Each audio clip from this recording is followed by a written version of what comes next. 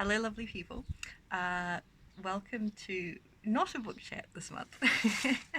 I realise I owe you a book chat, and I've been very disorganised about not getting to it. But I have very good reason because I finally got my author copies of Oddly Enough. Look at that, it's taken me ages.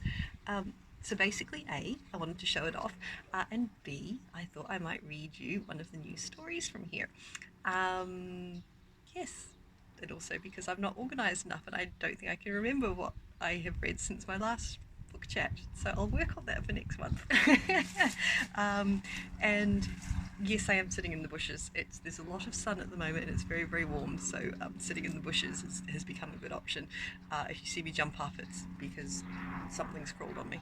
But at least being in New Zealand, there's no poisonous things to worry about. There's just ants mostly. So, should we get on with the short story? If you haven't seen my post about Oddly Enough, which I'm sure you have if you're already following my blog, if you're following me on social media, Oddly Enough is my latest release, which is a collection of short stories.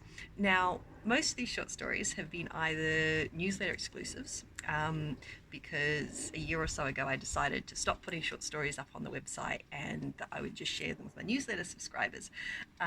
So seamless segue into a plug to sign up for my newsletter.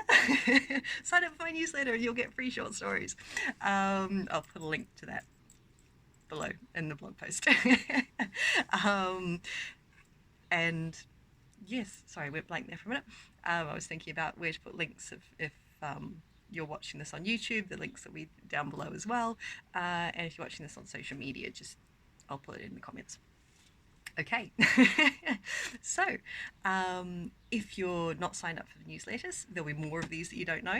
If you've been following the blog for ages, and are signed up for the newsletter, you'll come across a lot of these. But there's also 5 brand new short stories, never before published. Sounds really fancy. And I'm going to read you one of those today. So, this one is called A Risk of Sexy Armour. Howard adjusted his robes a little, trying to get the pleats to flow a little more subtly over his stomach. Robes shouldn't really have pleats, of course.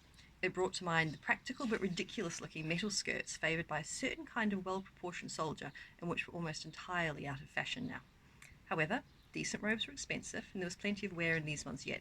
It seemed rather wasteful to replace them simply due to a little personal expansion. The bell above the door tinkled, a dry little sound that rattled around the tiny, crowded store, and Howard straightened up behind the counter, tucking his world's best pet sitter mug out of sight. It was slightly scorched where the pet in question had expressed its own opinions about his pet sitting abilities. He couldn't see his customer immediately, not with the tall banks of shelves in the centre of the shop, all packed with softly humming crystals and bundles of dried, sweet-smelling herbs, and floating things in jars and bottles that gave off a whiff of intent. But a moment later, a woman in worn-down boots and travel-stained trousers emerged, trailing one hand along the books crammed into the shelves on the wall to Howard's left. Her eyes were mostly on the counter beneath the books, though, which held an assortment of charms worked in twisted wire. Howard was quite proud of them. Protection and fashion statement, all in one. The woman looked up finally, fixing him with a glare that was probably meant to be friendly, but had seen too many people say things like, "What's a pretty girl like you doing on a battlefield like this?" Probably immediately before being run through with one of the 2 long knives strapped to her back. "Welcome to Howard's," he started, and she cut him off with a wave of her hand as she dropped a gold coin on the counter. Yeah, I'm in a hurry." "Chosen One, Perilous Quest, or Star-Crossed Lovers? Or we have a special on Mistaken Identity." The look was definitely a glare now. "Do I look like I'm in the market for Star-Crossed Lovers?" Howard shrugged. "Everyone needs a change now and then. Might be fun. Might be that someone loses their head. That's often a risk with Star-Crossed Lovers anyway, I believe. It's the star-crossed bit, see?" She shook her head. "Give me a Perilous Quest. I don't trust Mistaken Identity not to end up with me having to fight in heels, and once was enough." "No Chosen One? Oh, there's such a pain. The last one was adorably clumsy, as well as being able to save the world as soon as they learnt to believe in themselves. I mean, the angst for a start." She grimaced. "But do you know how problematic adorably clumsy is when they drop your last water skin down a fiery warthog hole in the desert? Or when they trip and fall into a pine dragon nest and break 3 eggs? Ouch," Howard said sympathetically. "Ouch is right, my hair's still growing back." "Perilous Quest it is then," he said, and came out from behind the counter, trotting to the front of the shop to lock the door. The woman eyed his robes as he came back, her eyebrows raised slightly, but she didn't say anything about the pleats. Howard returned to the counter and faced the machine that took up the entire back wall of the shop. It was all gleaming copper pipes and dark metal surfaces, dials and valves and vents and the rich scent of oil and steam and other worlds. He flexed his hands, then grabbed a big circular brass valve in both hands, turning it exactly 1 3/4 turns anti-clockwise. He moved to the valve next to it and turned that one 4 1/3 times in the opposite direction. He tapped a couple of pressure dials, then examined a bank of enormous breakers and forced 3 to the right with grunts of effort. That left one sticking straight out in the centre, and he jammed the final one to the opposite side, then watched a series of bulbs light up in a warm gold glow. He nodded in satisfaction, grasped a handle that looked like it had come off a hand-powered sewing machine. It had. The original, beautifully carved wooden one had come to an unfortunate end in a separate pet-sitting incident, and churned it wildly. A whine started, growing in volume and intensity as he kept winding the handle. Then the machine leaped into life with a roar that shook the wall. Howard let go of the handle and stepped back as dust sifted from the old beams above them. He covered his tea with one hand and looked at the woman, who was staring at the machine with undisguised admiration. "Never gets old," he shouted over the clamour. She blinked at him. "Well, you're going pretty grey, actually." Howard opened his mouth to clarify, then gave up, adjusting his robes. Some people just aren't good at small talk. The machine whined and groaned and thudded hard enough that Howard could feel it in his chest, the lights flaring in urgent sequence and gears churning deep within the wall. He finished his tea. The woman examined some throwing knives and a jar of skin-clearing lotion. They waited. And eventually the machine wound down to silence. They both looked at it expectantly. The lights went off, all except one which flashed thoughtfully as the quiet settled over them, ringing in their ears after the cacophony of a moment before. Howard could hear the tavern across the road getting started. Someone was singing rather beautifully, and the stomp of booted feet drifted through the windows. Then the machine dinged and spat a small strip of paper out of a slot in the middle of the wall. The light went out. Howard tore off the strip of paper without looking at it, but not without wondering, as he did every time, how it never ran out of paper, and how the paper itself was so smooth and shiny, and not at all like the paper he was used to, and tucked it into an envelope made of heavy parchment. He reached for his wax seal, and the woman gestured at him impatiently. "Let me see." "You can't," he said. "You only get to ask for the adventure you want. After that, it's up to the machine." "It's my perilous quest." "You know it doesn't work that way." He heated the seal and dipped it in the wax, then pressed it to the back of the envelope, sealing it shut.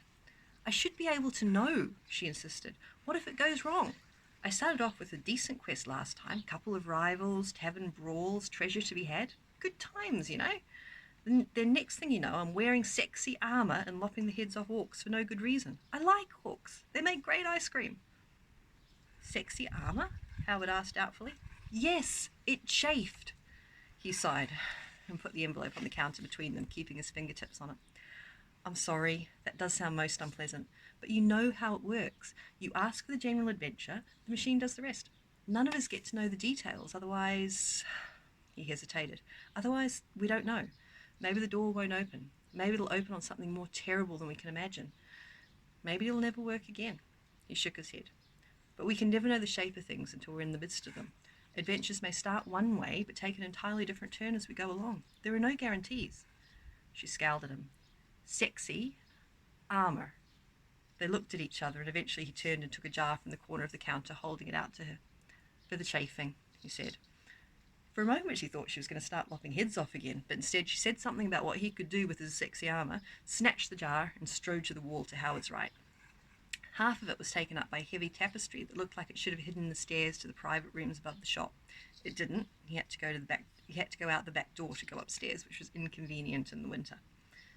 The tapestry itself was hardly the best example of the art form, although its colours were rich and deep. A black and red border twisted around it, and sometimes it looked like words that were just a little too out of focus to make out, and other times like nothing more than blips and blobs of spilled mud on a clean floor, a random, almost code. In the centre, surrounded by something that might have been a starry night sky or a stormy one, depending on what angle one viewed it at, was a door, or a door of sorts, as stitched by someone who really hadn't got the hang of this whole tapestry making thing just yet, or doors for that matter. The door was ajar, and there was a glimpse of a room behind it, although Howard was never sure, when the stitching was so rough, how it conveyed the idea of the room so clearly. Sometimes he thought he could see a chair and a desk, as in a wizard's study, or an accountant's, one being much the same as the other in his view. And other times he thought there was a suggestion of a wild sea, or a torn, blasted heath, or a forest glade. It was all suggestion, though, he expected, shapes in the cloud, meaning given to nothing. "Come on, then," the woman said and gestured at the tapestry. "Let's see what you've landed me in this time." "I do apologise if there are armour issues," Howard said, joining her and tugging the drawstrings to pull the tapestry aside. "I really have no control over such things. I just run the machine. I hope it won't stop you returning to Howard's Emporium of Adventure for future excursions." "Sure," she said, but Howard didn't think she was really listening. She was staring at the heavy wooden door revealed behind the tapestry. It was unassuming, maybe marginally bigger than an interior door should be, but no bigger than an average exterior one. The wood was smooth, unpainted and unstained, and there was a single stone step leading up to it. A brass knocker hung in the middle, simple and unornate, and above that was a slim metal slot with a flap over it. Howard handed the envelope to the woman. "Put it through the slot. Make sure it goes all the way through, but don't look in. Knock 4 times and wait. You must walk through immediately when the door opens. If you delay, the adventure may move on or not be as requested. Once the envelope is posted, the contract is in place. You cannot choose not to go, or even if you delay and miss your adventure. If you try to refuse to go through, there will be undefined consequences. Do you understand?" Yeah, she waved the envelope at him. "Step back, old man. I'm not looking after your sorry self as well as dealing with whatever else waits in there." "Good luck," Howard said, and retreated to the safety of the counter. The woman squared her shoulders, checked her knives, then stepped forward and slipped the envelope into the slot in the door. She grasped the knocker, giving a little alarmed shudder as she did so. They all did that. Howard didn't know if their handle was hot or greasy, or if the power of it shook through their bones like the echo of a lightning strike. He'd never dared touch it himself to find out. The machine was enough for him. The woman knocked 4 times and stepped back. They waited. Sometimes the door opened immediately. Other times it took a while. Once he'd had 6 dwarves, a goblin wedding party, and one highly inebriated faun camped out in his shop for 3 days before the door finally let them through. It always seemed to take longer for groups than it did for individuals, though, as if it needed time to find places for them all. But it did always open. Howard was just considering another cup of tea, and the woman was sitting cross-legged on the floor, painting her fingernails a vibrant purple, when a high, keening note started to float around the shop. It wasn't unpleasant so much as quickening, setting the heart thumping a little faster and the hair rising on the back of the neck. A sense of something drawing close, unseen worlds and undreamed riches, wild chases on impossible plains, roaring fights through inexplicable cities, crashing seas and roaring storms, magic and glory and pain and love, and 1,000 possibilities spinning past the door, crying out a siren song of what if. It made even Howard's old hands twitch. He stood up from the chair behind the counter as the woman scrambled to her feet, a grin blossoming across her face. The noise built and built, filling the store and stealing his breath, and he pressed both hands to the counter as much to stop himself running to join her as to stop the pages of his ledger book being ripped away in the sudden wind that was funneling its way out of the gaps around the door. It smelled of salt and night jasmine and open fires, of rocky shores and sweat and desert blooms. There was a clunk that echoed in the heart, and the door popped open, resting on its latch. The woman stepped forward, smiling as if she were meeting an old friend, and pulled the door wide. It opened away from Howard, so he couldn't see beyond it as the woman crossed the threshold without looking back. The door shut immediately behind her with a final, heavy clunk, and the shop was suddenly still and darker than it had been, although a whiff of something wild and floral remained. Howard sighed. There was always that slight loss, a bereftness about being the one left behind, alone with the machine and the tapestry. But it was as it should be. Someone had to mind the door, and he was no adventurer. Besides, sexy armour. He shook his head and went to pull the tapestry back into place, straightening a few things on the cluttered shelves as he went. Then he went to the front door and unlocked it, peering across the road at the tavern. It sounded like things were well underway, even if it was only mid-afternoon, which would likely mean good business for him later. Nothing motivates a certain portion of the population to seek adventure like an excess of home-brewed beer and liquor of dubious origin. By the time they sobered up, they were either already through the door or the envelope had been posted and the whole thing was underway. There was no going back then. The door had ways of ensuring that, although it did mean he occasionally had to barricade himself behind the counter with a few defensive spells to stop any reluctant adventurers enraged with regret and hangovers from skewering him. A squeak at knee level drew his attention, and he looked down to see 4 rats staring up at him. 2 were dragging a gold coin between them, and one had lost half its tail. "Good afternoon," he said. "How may I help you?" The one with the stubby tail sat back on her hindquarters and squeaked at him, gesturing at one of the rats dragging the coin. Star-crossed lovers. Excellent choice. There isn't enough rat representation in such things, if you ask me. He stepped back to let them into the shop, then locked the door again and followed the rats to the counter, where they'd already dragged the coin up to sit on his ledger book. He picked up the coin and examined it, although he didn't bite it, not because they were rats, but because it was a coin, and with all the pockets, hands, paws, and taverns it had no doubt travelled through, he had no intention of getting it anywhere near his mouth. Do you know how it works? He asked, and the stub-tailed rat nodded. You need to understand that while you can request star-crossed lovers, adventures always have a life of their own. How they start is not necessarily how they go on. Once you're through the door, everything may change. Squeak. Well then, just checking. Let's get you started. He turned to the machine, then looked back at them. Also, I recently learned there may be an issue of sexy armour. The rats looked at each other, then at him, and the stub-tailed rat shrugged. All right. He started to adjust the valves, and an uncertain little squeak stopped him. He turned to look at the smallest of the rats, who was sitting up on his hind legs, front paws pressed together earnestly and bright eyes fixed on the machine. It's called the Story-O-Matic, he said. No one knows where it came from, or the others like it.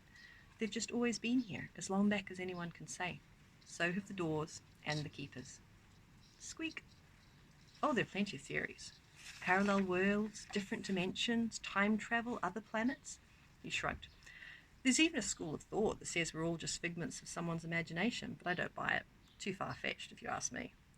The little rat nodded and dusted his paws off, and Howard turned back to the machine, adjusting the valves and resetting the breakers, then grasped the handle to power up the Story-O-Matic. It shuddered into thundering life, sifting through worlds and dimensions and possibilities, shaking the walls as it pulled the threads of story together. And in the end, it didn't matter where they came from, although they did come from somewhere. Nothing comes from nothing. It only really mattered that they were, and that the armour wasn't sexy. The end.